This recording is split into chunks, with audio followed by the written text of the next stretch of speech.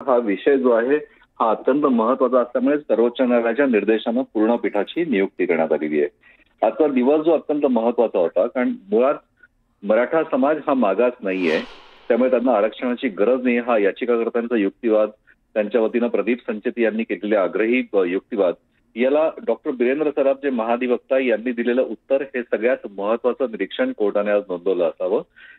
25% म्हणजे की या महाराष्ट्रामध्ये 28% हा मराठा समाज आहे, त्यातले 25% हे आर्थिकदृष्ट्या गरीब असल्याचं महाधिवक्ता डॉक्टर बिरेंद्र सराफ यांनी स्पष्ट केलं।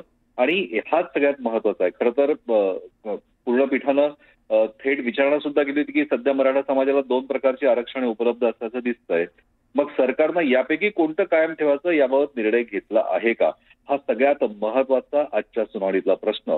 कारण न्यायालयाच्या या थेट प्रश्नामुळे राज्य सरकारची भूमिका ही सगळ्यात महत्वाची मानली जाते।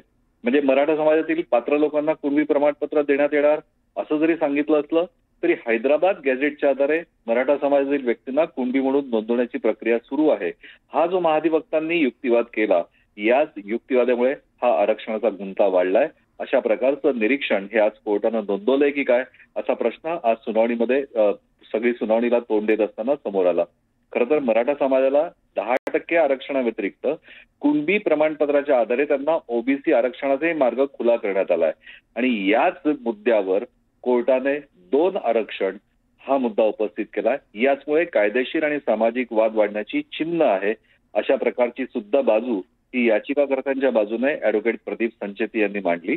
आणि राज्य सरकारने आरक्षणाचा हा दुहेरी लाभ रोखला नाही तर राज्यातल्या इतर मागासवर्गीय समाजांमध्ये सुद्धा मोठ्या प्रमाणावर असंतोष उसळण्याची शक्यता आहे। हा अत्यंत आग्रही युक्तिवाद प्रदीप संचेती यांनी केला। या आजच्या सुनावणीकडे महाराष्ट्रातल्या नुसतेच मराठा नाही, ओबीसी नाही तर सगळ्यांचंच बारीक लक्ष आहे। कारण आपल्याला माहिती आहे की 2014ला पृथ्वीराज चव्हाण यांनी तत्कालीन मुख्यमंत्री असताना सत्ता ज्यावेळेस संपत होतं, सरकार संपवता कालावधी, त्यावेळेस त्यांनी 16% मराठ्यांना आणि 5% मुस्लिमांना आरक्षण जाहीर केलं होतं।